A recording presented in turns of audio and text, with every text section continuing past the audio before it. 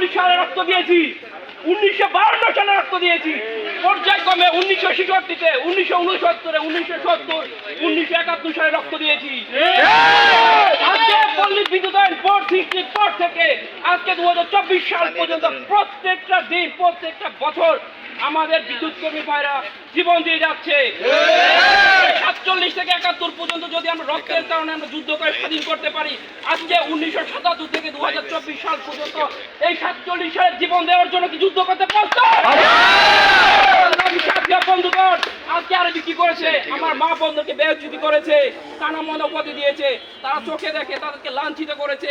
কোরআন তাদের সম্মান দিয়েছে, ইসলাম সম্মান দিয়েছে, বঙ্গবন্ধু সম্মান দিয়েছে, কিন্তু আরবি তাদের লাঞ্ছিত করেছে।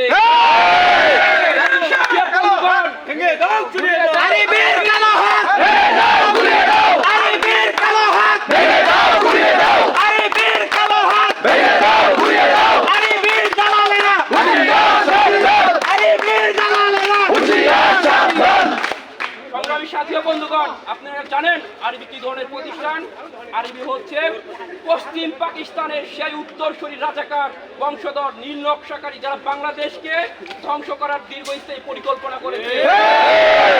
আজকে পল্লী বিদ্যুৎ সমিতি, আপনারা সবাই জানেন, অন্যান্য বিদ্যুৎ বিতরণকারী সংস্থা থেকে আজকে আমরা সবচেয়ে বেশি পরিশ্রম করে গ্রাহক সেবা দেই, অথচ আজকে পল্লী বিদ্যুৎ সমিতির সেবার মান সবচেয়ে খারাপ। সেটা কেন?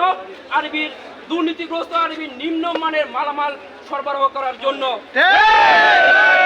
আজকে আমার লাইনম্যান ভাই বৈদ্যুতিক খুঁটিতে কাজ করতে গিয়ে মৃত্যুবরণ করতেছে, কারণ হচ্ছে ওই আরবি টাকা খেয়ে, ঘুষ খেয়ে আজকে নিম্নমানের মালামাল সরবরাহ করতেছে, যার ফলে ওই বৈদ্যুতিক লাইনের ত্রুটি হচ্ছে। আর সেই ত্রুটি মেরামত করতে গিয়ে আমি লাইনম্যান বৈদ্যুতিক খুঁটিতে পাখির মতো ঝলসে পড়ে মরছি।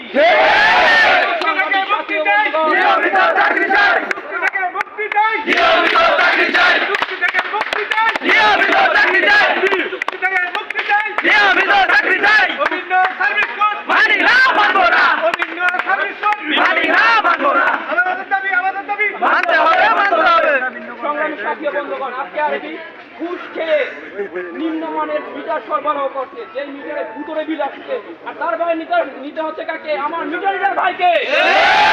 ওই আরবি ঘুষ খেয়ে দালান কোটা অট্টালিকা তৈরি করতেছে, আর আমরা পাখির মতো জীবন দিচ্ছি, গ্রাহক প্রান্তে আমরা লাঞ্ছিত হচ্ছি। আজকে তার কি করতেছে?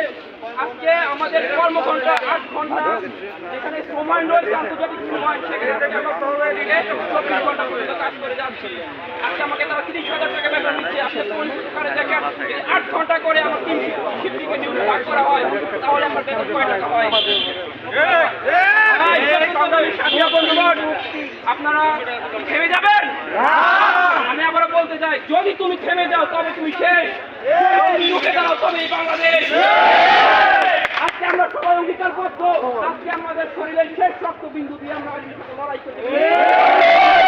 যদি বঙ্গবন্ধু বেঁচে থাকতেন তাহলে বলতেন এবারের সংগ্রাম আরবির অন্যায়, অবিচার, দুর্নীতির বিরুদ্ধে। এবারের সংগ্রাম আরবির কালো হাত থেকে, আরবির শিকল থেকে পল্লী বিদ্যুৎ সমিতির মুক্তির সংগ্রাম। জয় বাংলা।